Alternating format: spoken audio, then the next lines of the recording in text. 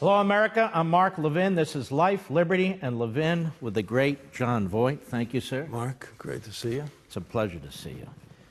Well, unfortunately, your friend Burt Reynolds passed away. Yes. I remember both you in this unbelievable movie, Deliverance. Mm-hmm. What was he like? What can I say about this passionate fellow, my friend, Burt Reynolds?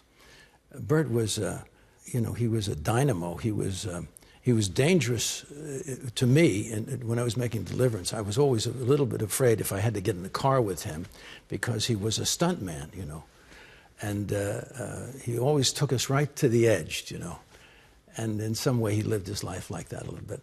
But he was a wonderful guy to be around. He was such a joy.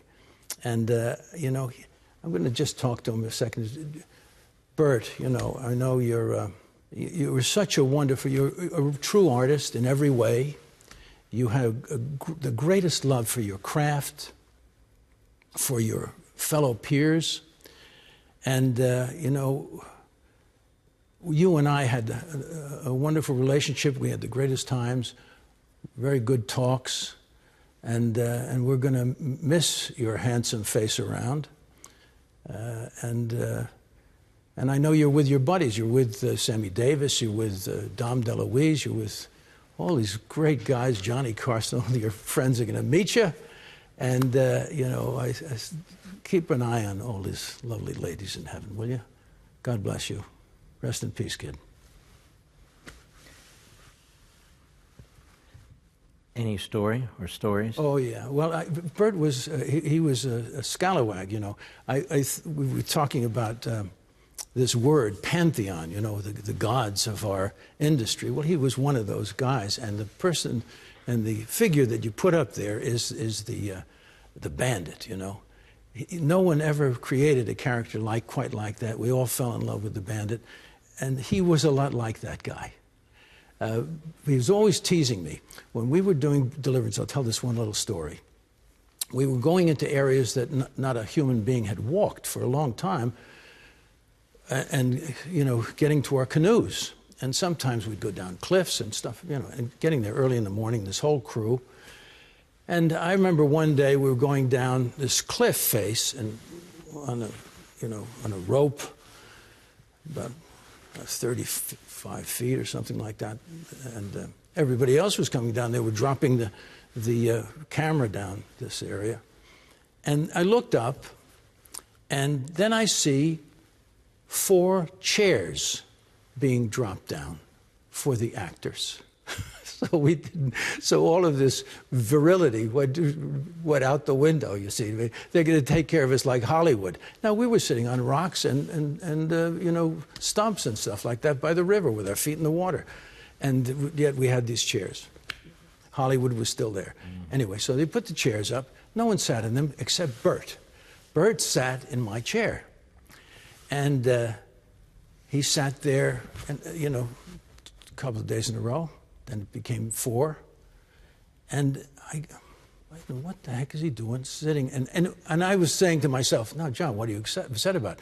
This chair is for anybody. We're sitting here on rocks.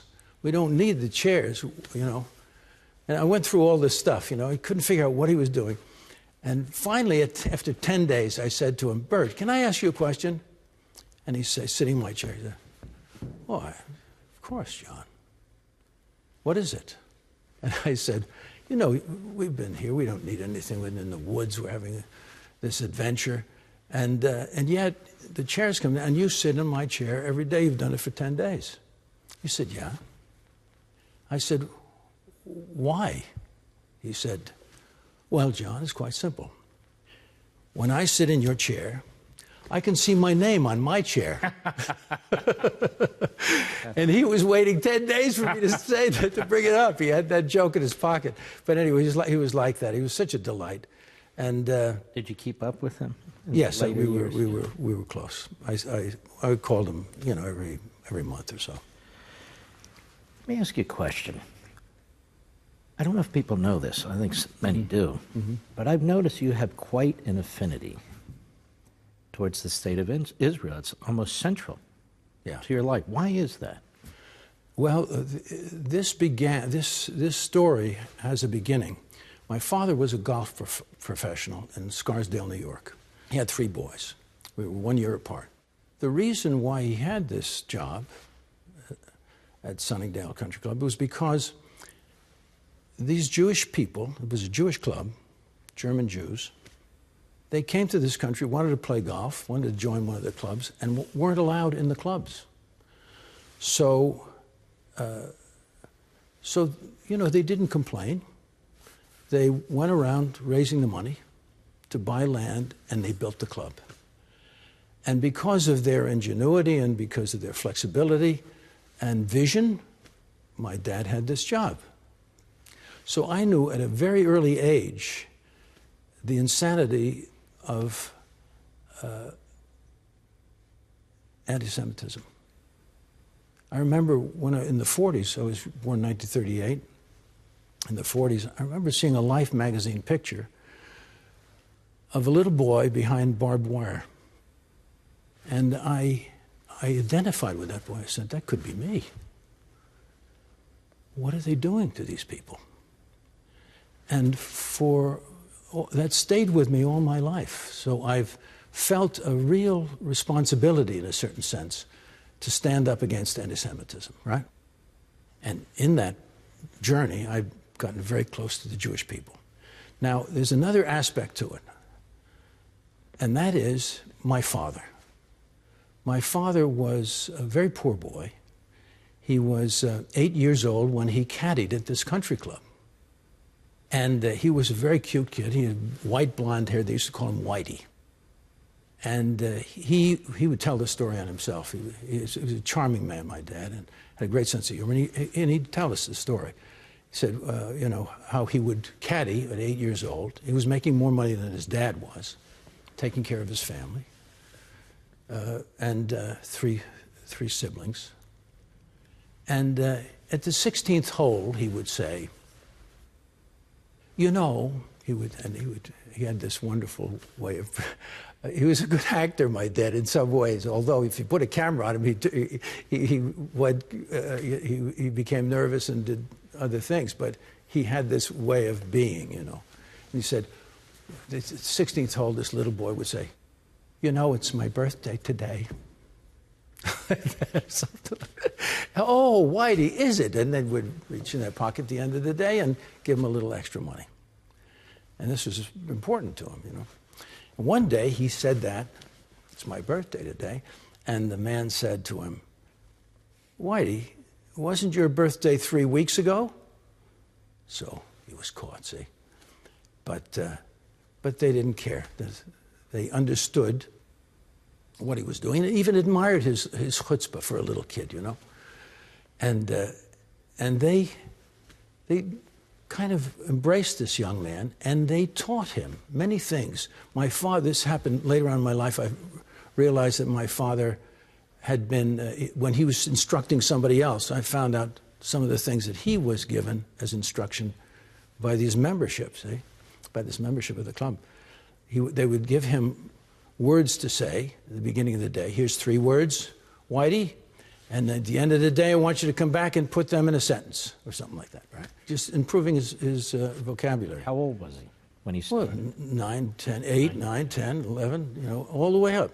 And he was fastened to this club. They taught him how to behave at the table, different things, manners and things like that, As I realized, as I got older, I said, that's pretty interesting.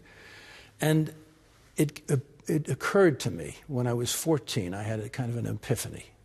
My father, who, as I have said, he was an extraordinary fellow, a very charming man, very poised, full of fun, loved children, was a great father, great storyteller, and very principled guy, too.